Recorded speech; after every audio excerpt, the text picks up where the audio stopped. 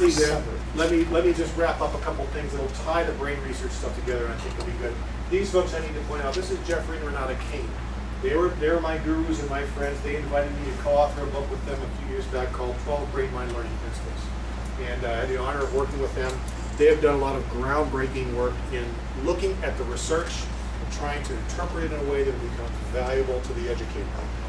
They, knowing of my background in the classroom and in the schools, they said we need someone in the field who can help us interpret this so that it makes sense to the principal and the teachers and so forth. So we'll talk about the principles in a minute, but that's the book.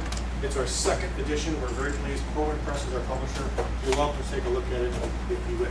So that's Jeffrey and Renata Kane. We'll talk about them. You know this guy? The answer is yes. You just don't know him by name. His name is Gordon Moore. Did you ever hear of Moore's Law? Moore's Law.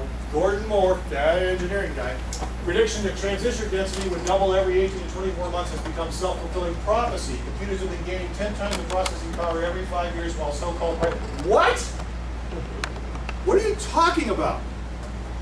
What Gordon Moore realized when he was with Intel was that roughly in every 18 to 24 month period then, the microchip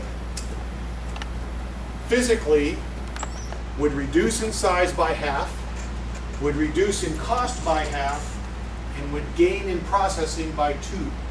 It would double the strength, or its power, shrink in size, shrink in cost, every 18 to 24 months. That's no longer true. It's now about every 12 to 14 months. What does that have to do with brain research? It's about information processing over time.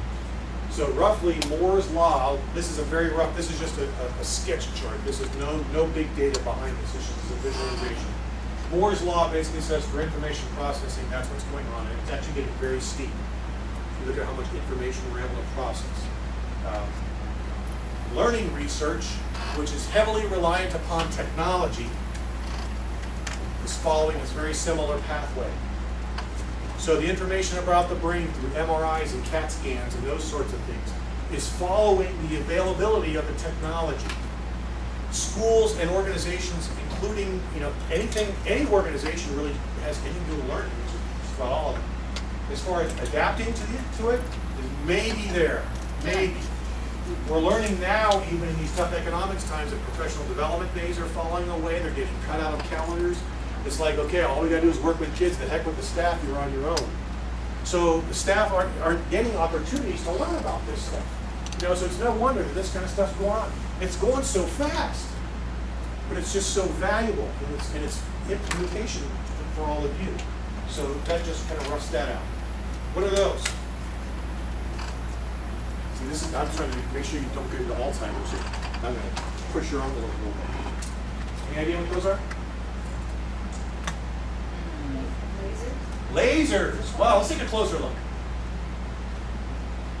Oh my God. What?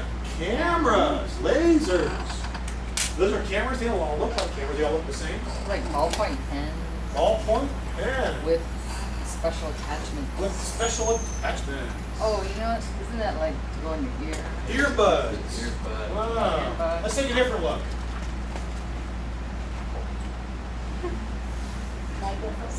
Microphones. Microphone. Projector. Oh my God. Keyboard. It's a computer. Wow. Oh my God. It's a computer.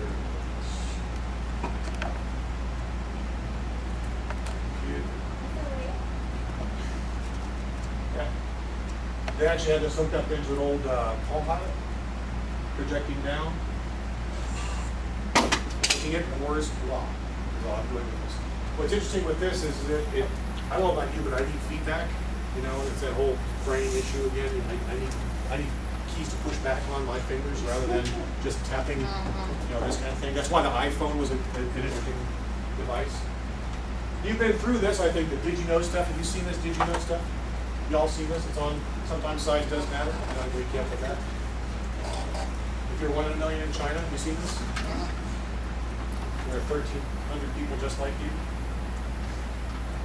In India, there are 1,100 people just like you. How many of the population in China with the highest IQs. It's greater than the total population of North America. In India, it's the top 28%. Translation for kids, they have more honors kids than they have kids. This is kind of back to the big picture. Did you know China will become the #1 English-speaking country in the world? Because like every single job in the U.S. today is shipped to China. They still have a labor surplus. During the course of this brief presentation, I love this part, 60 babies will be born in the U.S., 244 in China, 251 in China. So I always tell kids, we as a country don't need to worry about trying to outpopulate China or India. Please don't go there. I sure would like to try and out-innovate them though. I don't care how many people they have. We can still out-innovate them, and that's kind of where we want to go. The Department of Labor estimates that today's world will have 10 to 14 jobs by the age of 38. According to the Department of Labor, 1 out of 4 workers today is working for a company they've been employed for less than a year. 1 out of 2 working for a company they have worked for less than 5. According to Richard Riley, former Secretary of Education, top 10 jobs in 2010 didn't exist in 2004. This is big for enterprise. This is a big piece of data. Preparing kids for jobs that don't exist yet. Okay?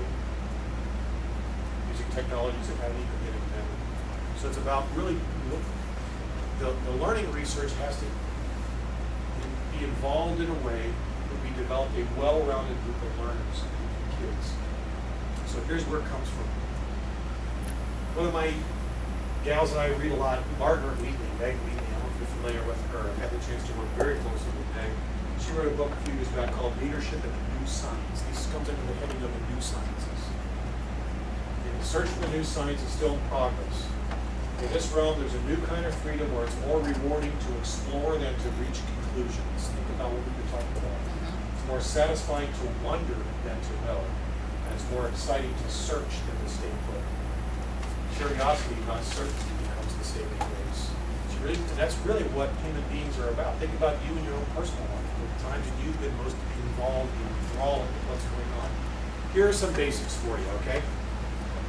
Emotions are the gatekeeper to learning and performance. That's a huge piece. When you are engaging kids, that's why we keep saying engage with engagement. But don't just engage them by forcing them to be engaged with something. Engage them around something that they choose. Because then emotionally, remember back to our discussion about the memory, and you're engaging them emotionally sets a chemical print on them. So that sooner or later they'll have to remember that moment in time. Okay? Favorite one on the planet is that intelligence is a function of experiences. And I would push Dewey's comments out from earlier and the quality of those experiences. Okay? You have a lot of kids, you've got guns and that sort of stuff going on. You've got some pretty smart kids. They're smart about stuff that I'm not smart about, but they're smart kids. They know what they need to know because of their experiences. If I walked into their environment, I'd be a doof. Yep. The multiple intelligences are available in all cultures. If you're not familiar with Howard Gardner's work, this is a good study, particularly in terms of assessment. How are we assessing kids? Are we really tapping? How do we design curriculum? Multiple intelligences is huge. And a couple of real keys again. The brain search for meaning is looking for patterns. Patterns. Very, very key. And when you develop enough patterns, you ultimately develop a program. So you don't have to think much about it. So back to your question, Earl, about, well, isn't the kid still doing stuff? No, he's got so many patterns built. He's got a program built. He doesn't need to think anymore. He's got this program. It's hardwired to use key search. So how are you smart? Here are the multiple intelligences. This is a refresher course for you. Some of us are bodily kinesthetic, more visual, spatial, mathematical, logical, interpersonal, naturalist. He's exploring the existentialist as a natural way of some. Interestingly, when we were designing the English as a second language program in our school district, I brought in some national experts. We learned to speak. We tend to teach language through this, right? And through